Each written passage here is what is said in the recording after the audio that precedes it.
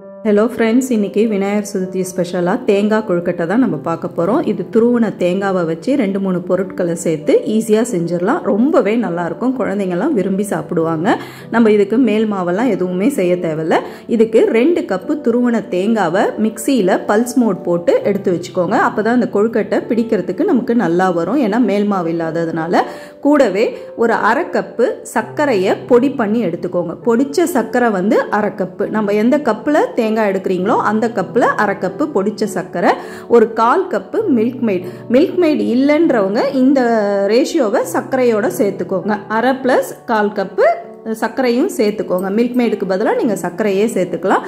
கூடவே 2 table spoon பாலில் குங்குமப்பூ சேர்த்து நான் கலருக்காக வச்சுருக்கேன். கொஞ்சம் ரிச்சாக இருக்கணுன்றதுக்காக. நீங்கள் குங்குமப்பூ இல்லைன்னா லைட்டாக எல்லோ கலர் கேசரி கலர் சேர்த்துக்கோங்க.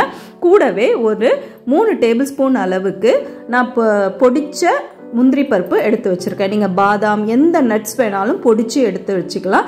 இது வந்து நம்ம குழந்தைங்களுக்காக செய்கிறதுனால நான் இதெல்லாம் சேர்க்குறேன். நீங்கள் அதுக்கு பதிலாக வேர்க்கடலை கூட நீங்கள் பொடிச்சு எடுத்துக்கலாம்.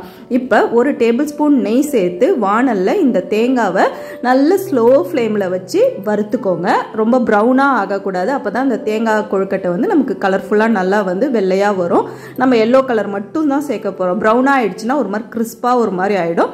அதனால லைட்டாக நல்லா வறுத்துக்கோங்க. கொஞ்சம் நல்லா வறுபடட்டும். உதிரியாக ஆனதுக்கப்புறம் நம்ம பொடிச்ச சர்க்கரையை இதில் நம்ம சேர்த்துக்கலாம். 1/2 கப்பு பொடிச்ச சர்க்கரை, கூடவே 1/4 கப்பு மில்க் மெய்ட் சேர்த்துக்கோங்க.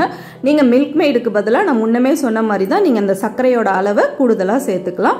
இதுக்கப்புறம் பொடிச்ச அந்த முந்திரி பருப்பு சேர்த்துக்கோங்க. இல்லைன்னா வேர்க்கடலை சேர்த்துக்கோங்க.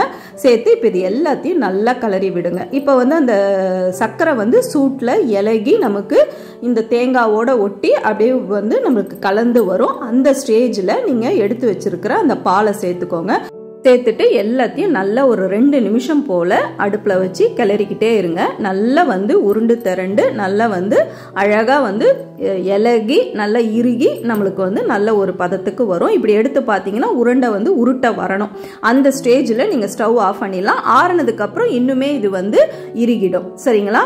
இப்போ ஆறுனதுக்கப்புறம் கை பொறுக்கிற சூடு இருக்கிற மாதிரி பார்த்துக்கோங்க. இந்த மாதிரி எடுத்து நம்ம இந்த மாதிரி அச்சு வச்சுருந்தோம்னா அதில் கொஞ்சமாக நெய் தடவிக்கிட்டு அழகாக இதில் நம்ம வச்சு எடுத்து வச்சோம்னா சூப்பரான தேங்காய் கொழுக்கட்டை சூப்பராக ரெடி.